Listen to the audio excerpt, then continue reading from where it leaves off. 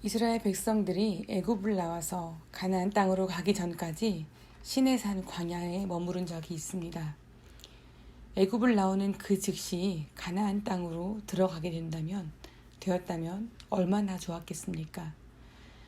하지만 이 광야에서의 시간은 이스라엘 백성들에게 꼭 필요한 시간이었습니다. 가나안 땅에 도달하는 것이 중요한 것이 아니라 그 땅에서 살 수 있을 만한 정신과 마음, 또 몸의 습관을 준비해야 했습니다. 그래야 가나안 땅에 정착했을 때 문제가 그만큼 덜 발생할 수 있으니까요. 이 광야에서는 참 많은 일들이 일어나게 되었는데요. 그 내용이 바로 이 민수기에 담겨 있습니다. 그래서 이 민수기, 이 책의 원래 히브리식의 이름은 광야에서라고 알려져 있습니다. 광야에서 펼쳐지는 하나님과 이스라엘 백성들의 다이나믹한 이야기를 기대하시면서 앞으로 민수기의 말씀을 읽어가면 참 좋겠습니다.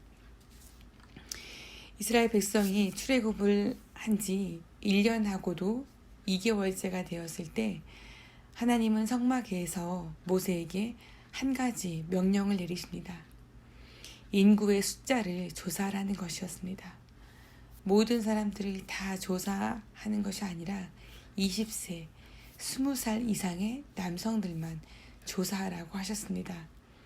왜냐하면 전쟁에 나갈 만한 사람들, 그러니까 이스라엘 백성으로 이루어진 군대를 조직하기 위해서 그렇게 명령하신 것입니다.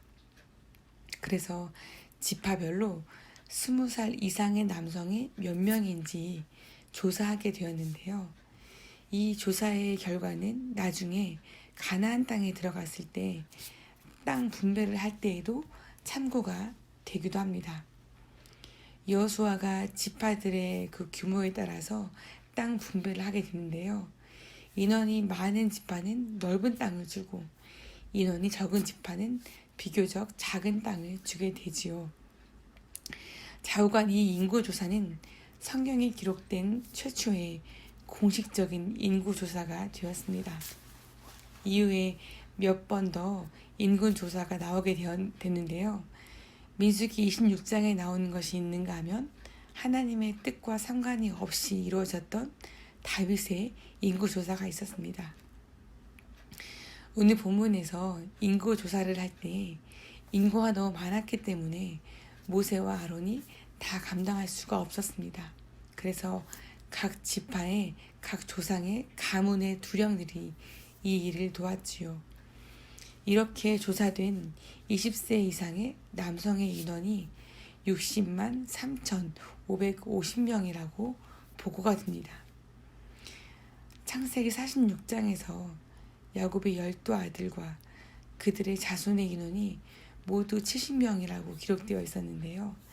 이 70명이 이렇게나 많이 번성하여서 60만 명 이상의 민족을 이룬 것을 보면 하나님이 이스라엘 민족을 참 많이 사랑하시고 또 함께 하셨음을 느낄 수 있습니다. 이렇게 모든 지파의 인원을 계수하는데 12지파 중에 제외된 지파가 있었지요. 오늘 말씀을 읽으신 대로 바로 레위 지파였습니다. 레위 지파는 제사장 지파였지요. 그래서 군대의 군인으로 징집되는 것에서 면제를 받았습니다. 레위 지파는 성막에서 제사 드리는 것과 그와 관련된 모든 직무들을 맡았어야 됐고 모든 기구들을 관리해야 하는 역할이 주어졌습니다. 그래서 이 인구조사에서 빼라고 하나님이 말씀하신 거죠. 이스라엘 백성이 행군을 할 때 레위 지파는 성막을 설치하고 또 성막을 접어야 하는 일을 해야 했습니다. 또 레위 지파는 항상 성막 주변에 그 자기들이 거주할 천막을 쳐야 했었는데요. 그러면서 다른 지파와 성막 사이에서 중간 역할을 감당하였습니다. 레위 지파가 바쁘다고 하여서 다른 지파가 이 일을 대신할 수는 없었습니다. 절대로 없었습니다. 성막이 이동할 때에도 다른 지파들이 성막이나 기구들을 만지면 죽을 수밖에 없었습니다. 오직 레위 지파만이 이 일을 하도록 하나님이 지정하여 주셨습니다. 성막을 항상 지켰어야 됐고 레위 지파가 아닌 다른 지파가 성막으로 들어오려고 하는 것이 있다면 레위 지파는 막아야 했습니다. 그래서 성막의 사면, 왼쪽과 오른쪽, 위쪽과 아래쪽에 레위 지파의 진영이 머물러야 했지요. 성막은 하나님이 임재하시는 곳이어서 거룩과 권위 그 자체였습니다. 그래서 이 성막을 지키는 레위 지파 스스로도 정결해야 했고 죄를 짓지 않도록 늘 돌아보아야 했습니다. 이런 하나님의 계획과 뜻에 대해서 이스라엘 백성들은 순종하였습니다. 만약에 다른 지파들이 이 하나님의 뜻에 대해서 불평하면서 왜 레위 지파만 특별하게 성막을 지키느냐, 그래서 왜 군대에도 들어가지 않느냐, 우리 지파가 그 일을 하겠다, 레위 지파도 군대에 가게 하라 하는 식으로 반항하지도 않았습니다. 다른 지파 백성들도 알았다는 거죠. 그들이 모두가 함께 살아가기 위해서는 어떤 것이 가장 중요한 것인지 알았다는 것입니다. 훌륭한 군인들을 무장시키고 훈련시켜서 다른 민족과 싸워 이기는 것도 중요하지만 그보다 더 중요한 것은 하나님이 자신들 가운데 늘 임재하여 주시는 일, 그리고 하나님을 섬기는 일이 가장 중요함을 이스라엘의 그 다른 지파들도 알고 있었다는 것입니다. 출애굽기 17장에 이스라엘 백성들이 아말렉과 싸웠을 때 일이 생각나지요. 여호수아는 전쟁의 현장에서 아말렉과 싸우고 있었다면 모세는 산 꼭대기에 서서 손을 들고 있었습니다.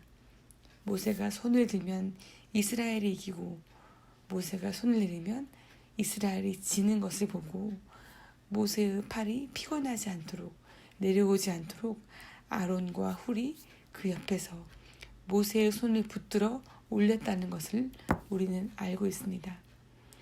모세가 팔을 올리고 있었다는 것은 그가 기도를 하면서 하나님께 의존하였다는 것을 의미하지요. 그의 기도로 이스라엘 백성은 아말렉 전쟁에서 승리할 수 있었습니다. 아니, 모세의 기도가 아니라 하나님이 이기게 하셨지요. 그만큼 하나님께 기도하고 예배하는 것이 얼마나 중요한 것인지 이스라엘 백성들은 잘 알고 있었습니다. 그래서 레위 지파에게 성막을 지킬 수 있도록 지시하신 하나님의 뜻에 이들도 순종할 수 있었고 영적인 그 중심을 성막에 두면서 그렇게 가나안 땅을 향해 나아가는 이스라엘 백성들의 모습을 볼 수 있습니다. 레위 지파가 성막을 중심으로 그들의 모든 일거수일투족을 집중하였던 것은 오늘날 우리들에게 어떤 교훈을 줄 수 있을까요? 우리 또한 하나님께 예배드리는 일을 가장 우선시해야 함을 알려줍니다. 레위 지파는 목사님들만 해당되니까 목사님들만 잘하면 되는 거 아닌가 하고 선을 긋지 마시고요. 성도 여러분들도 하나님이 택하신 거룩한 백성이기에 하나님 앞에서 더욱더 예배를 잘 드리고 정결하고 또 거룩하게 살 수 있기를 축복합니다. 지금 이 말씀을 들으시는 분들도 이미 누구보다도 예배 생활을 잘 하고 계시리라 믿습니다. 하나님께서 여러분들의 예배와 기도의 모습을 보시면서 기억하시면서 기뻐하시리라 또한 믿습니다. 때로는 여러분들의 마음을 흔들리게 하는 상황이 올 수도 있습니다. 내가 너무 예배와 어떤 교회 생활에만 치중해 있는 것은 아닌가? 직접 삶의 현장으로 뛰어들어가서 내가 직접 무엇이라도 해야 하는 것은 아닌가? 왜 아니겠습니까? 여러분들은 이미 삶의 현장에서도 최선을 다하고 계심을 저는 또 그렇게 알고 믿고 있습니다. 다만 우리가 그렇게 열심히 살아가고 있는 중에서도 우리의 마음이 하나님께만 향해 있고 하나님께 예배함을 사모하고 있고 하나님의 음성 듣기를 가장 갈급해하는 그런 마음의 자세를 잃지 않기를 바랄 뿐입니다. 민수기 시대의 백성에게도 또 2020년을 살아가는 우리 모두에게도 하나님은 경배와 찬양을 받기 원하십니다. 그 하나님께 우리의 마음을 다해 예배하며 하나님을 영화롭게 할 수 있는 우리가 되기를 예수님의 이름으로 축복합니다.